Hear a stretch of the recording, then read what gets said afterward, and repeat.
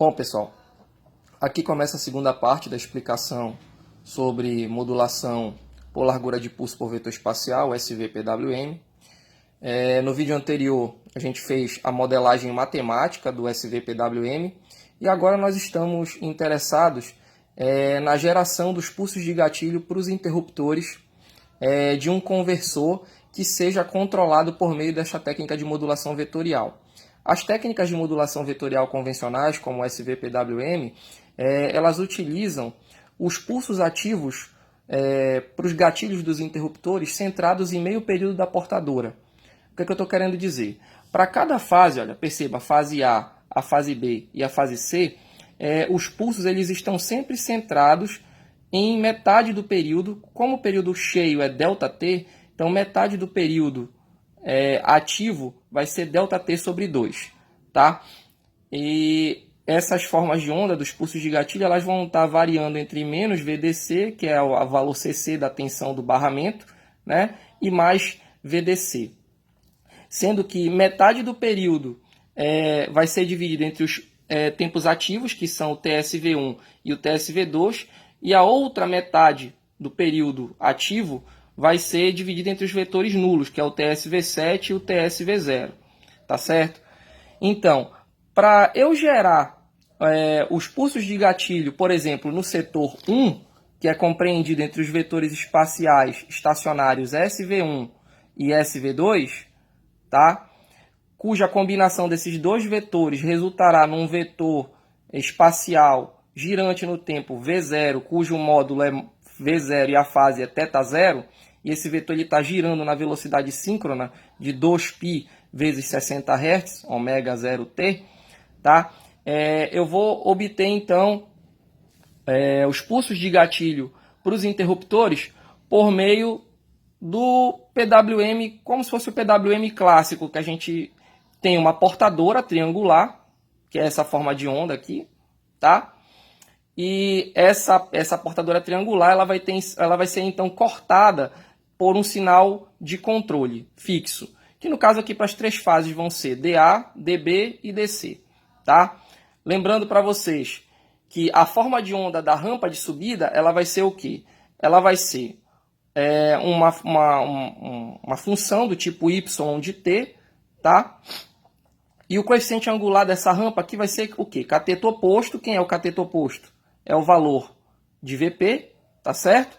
Pelo cateto adjacente. Olha, quem é o cateto adjacente? É metade do período, que é T sobre 2.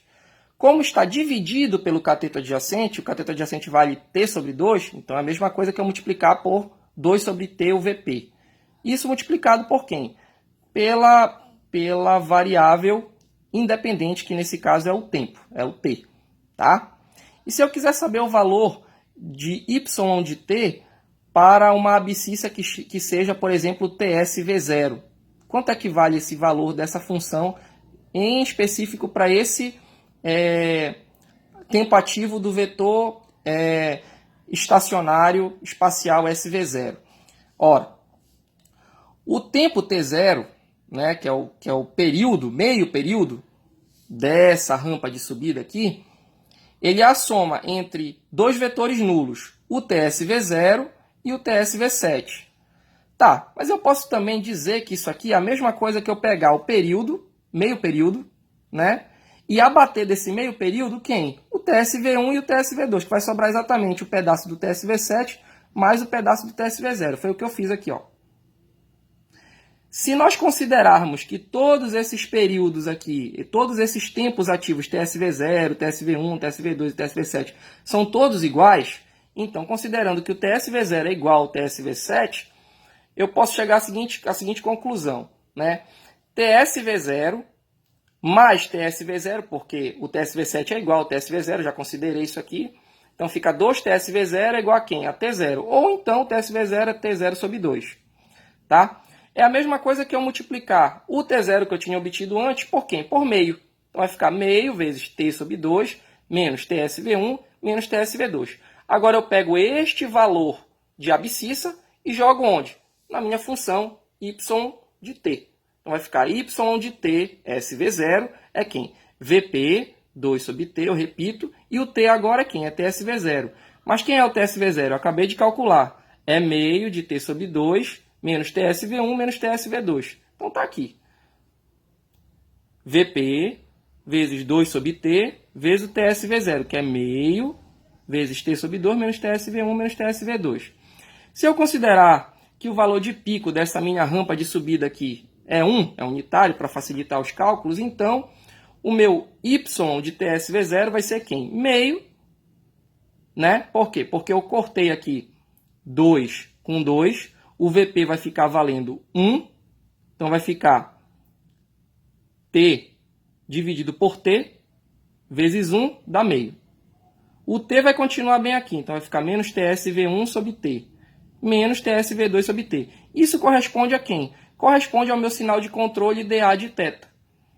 Se eu quiser saber os valores de dB de θ e dC de θ, eu faço um raciocínio análogo e vou chegar nessas expressõezinhas bem aqui. Meio de meio mais TSV1 sobre T, menos meio, menos TSV2 sobre T, que é igual a dB de θ. E, por fim, meio mais TSV1 sobre T mais TSV2 sobre T igual a dC de θ.